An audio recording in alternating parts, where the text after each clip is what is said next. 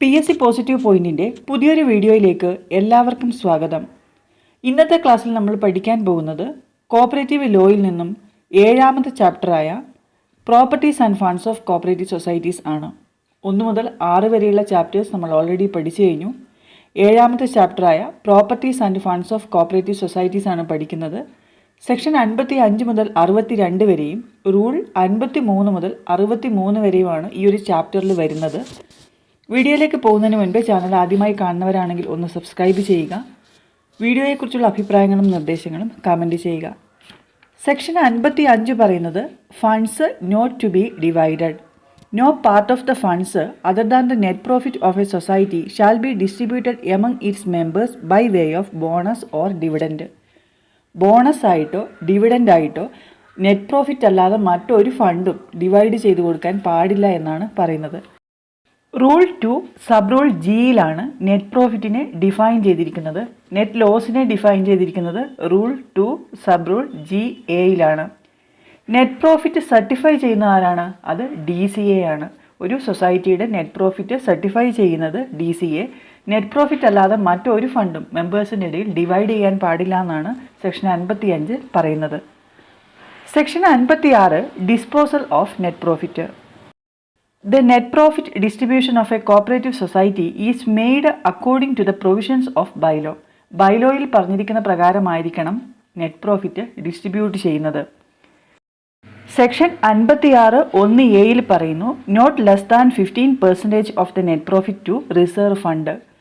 Net പ്രോഫിറ്റിൻ്റെ 15% കുറയാത്ത amount reserve ഫണ്ടിലേക്ക് ട്രാൻസ്ഫർ ചെയ്യണമെന്ന് 56 1A പറയുന്നു.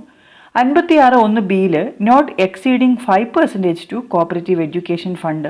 കോപ്പറേറ്റീവ് എഡ്യൂക്കേഷൻ ഫണ്ടിലേക്ക് not exceeding 5%.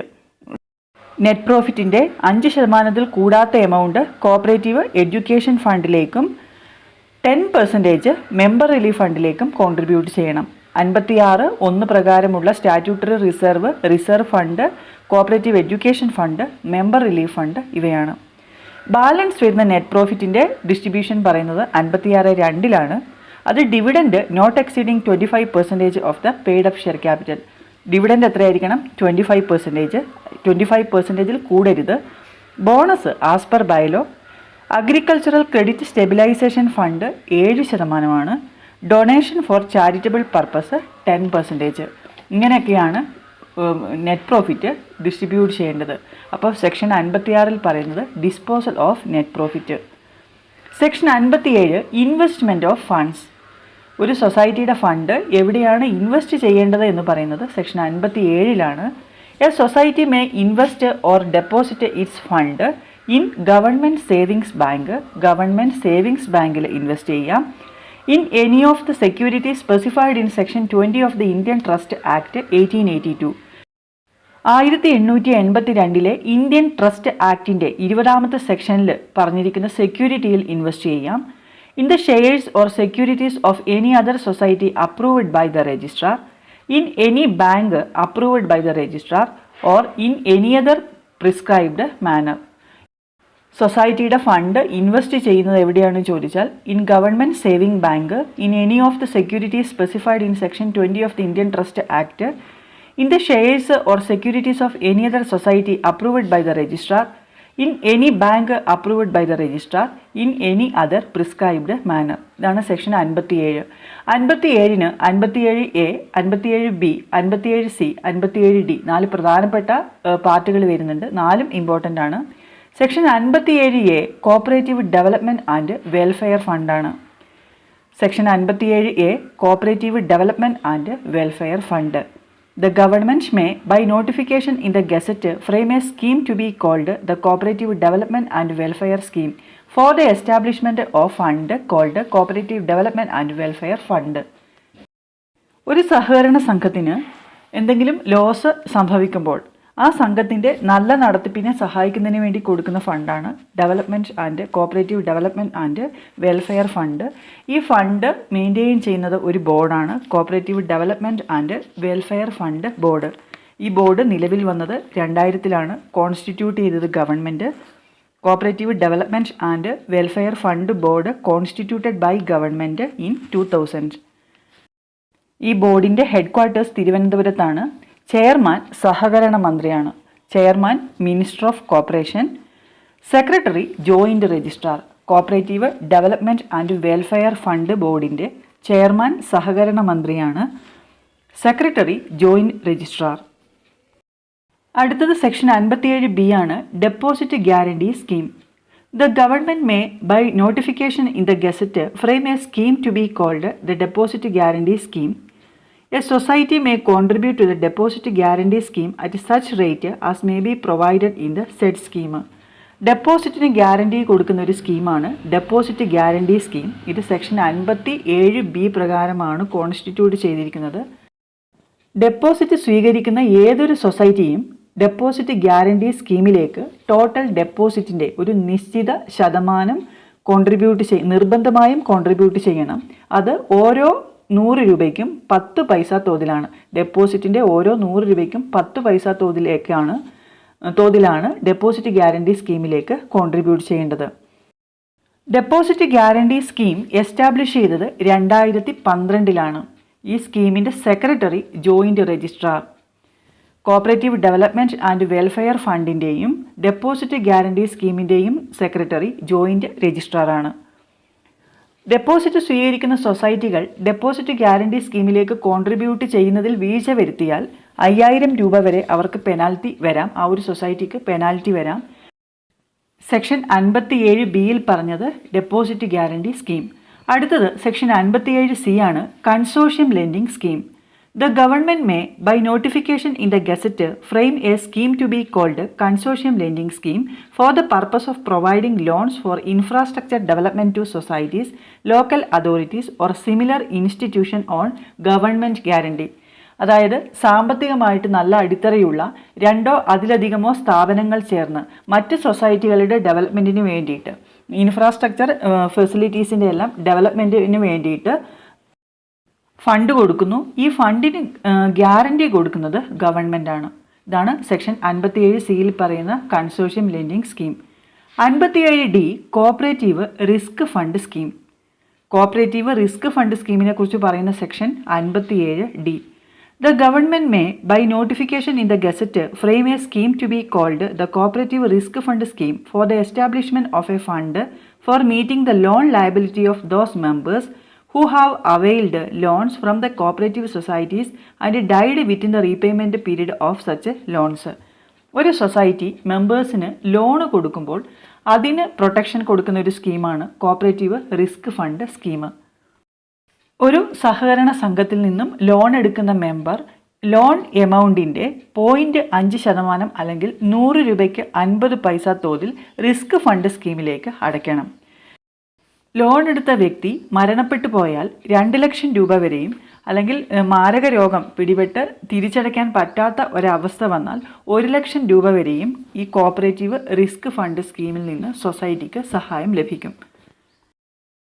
Section 57D cooperative risk fund scheme. അടുത്തത് സെക്ഷൻ 58 ആണ്, restriction on borrowing. Society borrow ചെയ്യുന്ന എമൗണ്ടിനുള്ള restrictions. A society shall receive deposit and loans only to such extent and under such conditions as may be specified in the bylaws. മെമ്പേഴ്സിൽ നിന്ന് deposit സ്വീകരിക്കുന്നതും financing ബാങ്കിൽ നിന്ന് loan സ്വീകരിക്കുന്നതും ഒക്കെ ഒരു നിശ്ചിത limit വരെയേ പാടുള്ളൂ. ആ ലിമിറ്റ് ബൈലോയിൽ മെൻഷൻ ചെയ്തിട്ടുണ്ടാവും. മാക്സിമം ലിമിറ്റ് എന്ന് പറയുന്നത് 150 times of share capital and reserve ഫണ്ടാണ്. Maximum borrowing power based on paid up share capital plus reserve fund that mentioned in bylaw. അത് ബൈലോയിൽ പറഞ്ഞിട്ടുണ്ടായിരിക്കും. 50 times ആവാം, 30 times ആവാം, 100 times ആവാം. ബട്ട് മാക്സിമം എന്ന് പറയുന്നത് 150 times ആണ്. Section 58 restriction on borrowings. അടുത്തത് section 59 ആണ്, restriction on loans. Society can grant loans to members only. മെമ്പേഴ്സിന് മാത്രമാണ് സൊസൈറ്റി ലോൺ കൊടുക്കുന്നത്. However, with the special sanction of the registrar, a society may give loans to another society. രജിസ്ട്രാറുടെ special പെർമിഷനോട് കൂടി മറ്റൊരു സൊസൈറ്റിക്ക് വേണമെങ്കിൽ ഒരു സൊസൈറ്റിക്ക് ലോൺ കൊടുക്കാം. ഇങ്ങനെ ലോൺ കൊടുക്കുന്നതിനുള്ള റെസ്ട്രിക്ഷനാണ് സെക്ഷൻ 59 പറയുന്നത്. Section 60 restriction on transaction with non members. Non മെമ്പറുമായിട്ടുള്ള ട്രാൻസാക്ഷന് സൊസൈറ്റിക്ക് റെസ്ട്രിക്ഷൻ ഉണ്ട്. അത് ബൈലോയിൽ പറഞ്ഞിരിക്കുന്ന പ്രകാരമായിരിക്കണം. Section 60 restriction on transaction with non members. അടുത്തത് സെക്ഷൻ 61 പ്രൊവിഡൻറ്റ് ഫണ്ട്. പ്രൊവിഡൻറ്റ് ഫണ്ടിനെ കുറിച്ച് പറയുന്ന section 61. A society can establish a contributory provident fund for the benefit of an employees. In the case of contributory provident fund, an amount not less than 8.33% of the pay to be deducted from the salary of employees' contribution.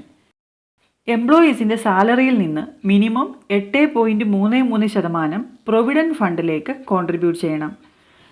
സൊസൈറ്റിയുടെ contribution പോകുന്നത് pension ഫണ്ടിലേക്കാണ്. Pension ഫണ്ടിലേക്ക് employee contribute ചെയ്യേണ്ടതില്ല. എംപ്ലോയിയുടെ സാലറിയിൽ നിന്ന് കുറഞ്ഞത് 8.33% provident ഫണ്ടിലേക്ക് contribute ചെയ്യണം. Provident ഫണ്ടിലേക്ക് പിടിച്ച തുക ഡെപ്പോസിറ്റ് ചെയ്യേണ്ടത് ഫിനാൻസിംഗ് ബാങ്കിലാണ്. 1952 എംപ്ലോയീസ് പ്രൊവിഡൻറ്റ് ഫണ്ട് ആക്ട് നിലവിൽ വന്നത്. എംപ്ലോയീസ് പ്രൊവിഡൻറ്റ് ഫണ്ട് ആക്ട് നിലവിൽ വന്നത് 1952. പ്രൊവിഡൻറ്റ് ഫണ്ട് ഒരു സൊസൈറ്റിയുടെ ബിസിനസ് ആവശ്യങ്ങൾക്ക് ഉപയോഗിക്കാൻ പാടില്ല. സൊസൈറ്റിയുടെ അസറ്റിൻ്റെ ഒരു ഭാഗമല്ല. ജപ്തി ചെയ്യാൻ കഴിയില്ല. ഇത് ഫിനാൻസിംഗ് ബാങ്കിൽ ഡെപ്പോസിറ്റ് ചെയ്യണം. Section 61 provident fund. അടുത്തത് സെക്ഷൻ 62 ഗ്രാറ്റുവിറ്റി. ഗ്രാറ്റുവിറ്റിയെക്കുറിച്ച് പറയുന്ന section 62 rule 59. All monthly paid employees on the permanent establishment shall be eligible for gratuity. Service rendered by employees must be continuous and satisfactory. When an employee who has put in at least 5 years satisfactory service is retired voluntarily from service, or if he is permanently disabled while in service, or if he dies while in service, the society shall pay to him or to his legal heirs, as the case may be, a gratuity not exceeding half-month pay for every completed year of service. Continuous and satisfactory സർവീസുള്ള permanent സ്റ്റാഫിനാണ് ഗ്രാറ്റുവിറ്റിയുടെ ആനുകൂല്യം ലഭിക്കുന്നത്. Minimum 5 വർഷത്തെ satisfactory service ഉണ്ടാവുകയും പിന്നീട് retire ചെയ്യുകയോ മരണപ്പെടുകയോ അല്ലെങ്കിൽ പെർമനൻ്റ്ലി ഡിസേബിൾ ആവുകയോ ചെയ്താൽ ഈ ഗ്രാറ്റുവിറ്റിയുടെ ആനുകൂല്യം ലഭിക്കും.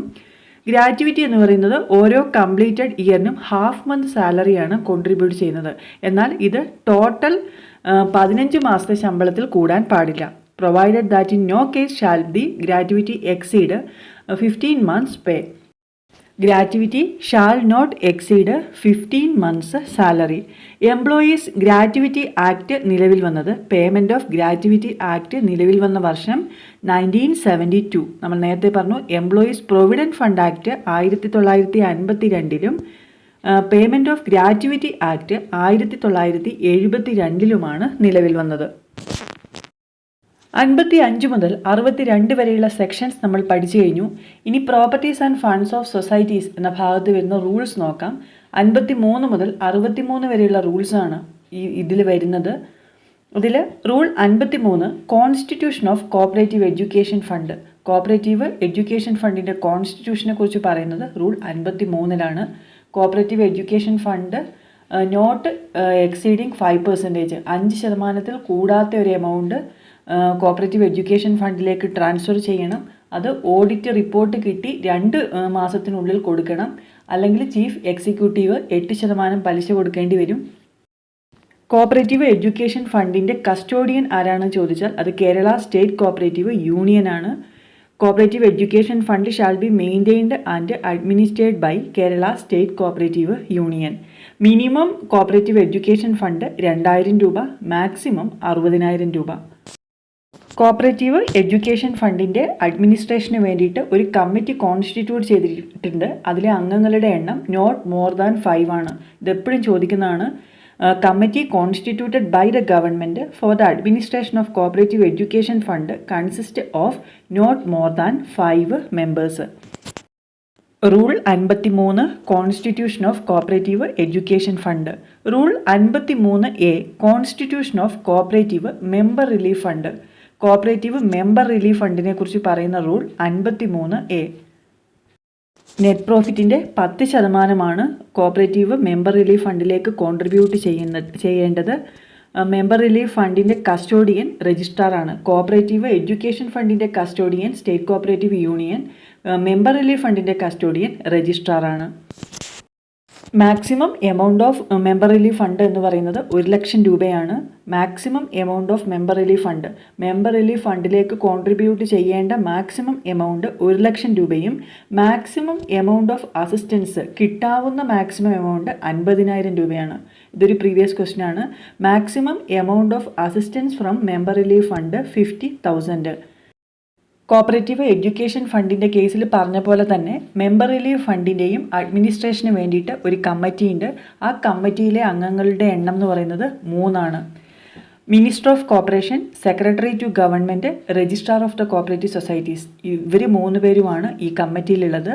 The member relief fund shall be utilized as per the direction of a committee consisting of 3 members. Cooperative education fund contribute ചെയ്യുന്നതിൽ വീഴ്ച വരുത്തിയാൽ ചീഫ് എക്സിക്യൂട്ടീവ് കൊടുക്കേണ്ടത് 8% പലിശയാണെങ്കിൽ, മെമ്പർ റിലീഫ് ഫണ്ട് കൊടുക്കുന്നതിൽ വീഴ്ച വരുത്തിയാൽ ചീഫ് എക്സിക്യൂട്ടീവ് കൊടുക്കേണ്ടത് 6% ഇൻട്രസ്റ്റ് ആണ്. In the case of failure of remittance of member relief fund, the chief executive of the society shall be liable to pay the penal interest at the rate of 6%. പല ക്ലാസ്സുകളിലായിട്ട് ഇത് important ആയതുകൊണ്ട് തന്നെ പല പ്രാവശ്യം നമ്മൾ പറഞ്ഞിട്ടുണ്ട്. ഇനി റിവിഷൻ്റെ ടൈമിൽ വീണ്ടും പറയാം.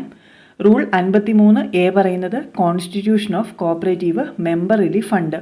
Rule 54 manner of investment of funds. Explanation എല്ലാം നേരത്തെ പറഞ്ഞതാണ്. Rule 54 manner of investment of funds. Rule 55 restrictions on borrowings. Rule 56 restriction on grant of loans. Rule 57 transactions with non members. Rule 58 provident fund. Rule 59 gratuity. Rule 60 mode of investment of reserve fund. Rule 60 പറയുന്നത് mode of investment of reserve fund. Rule 61 object of reserve fund and disposal thereof on the winding up of a society.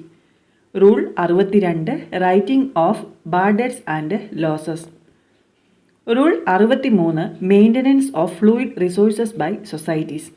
Maintenance of fluid resources by societies പറയുന്ന rule 63. നമുക്കറിയാം mainly PACS ആണ് fluid resources. Primary agricultural credit societies ആണ് fluid resources maintain ചെയ്യേണ്ടത്. Fluid റിസോഴ്സസിൻ്റെ rate നിർണ്ണയിക്കുന്നത് government ആണ്. Matured ആയിട്ടുള്ള deposit ആണെങ്കിൽ അതിൻ്റെ 100%, അല്ലാത്ത ടോട്ടൽ ഡിമാൻഡ് ആൻഡ് ടൈം ലയബിലിറ്റീസിൻ്റെ 20%മാണ് ഫ്ലൂയിഡ് റിസോഴ്സസ് മെയിൻറ്റെയിൻ ചെയ്യേണ്ടത്. Properties and funds of societies എന്ന ചാപ്റ്ററിലെ സെക്ഷൻസും റൂൾസുമാണ് നമ്മൾ പഠിച്ചു കഴിഞ്ഞത്. വളരെ ഇമ്പോർട്ടൻ്റ് ആയിട്ടുള്ള റൂൾസും സെക്ഷൻസുമാണ്. ഈ ഒരു വീഡിയോ നിങ്ങൾക്ക് ഉപകാരപ്രദമായി എങ്കിൽ ലൈക്ക് ചെയ്യുക, കമൻറ്റ് ചെയ്യുക. മറ്റൊരു പ്രധാനപ്പെട്ട ടോപ്പിക്കുമായി നമുക്ക് അടുത്ത വീഡിയോയിൽ കാണാം. താങ്ക്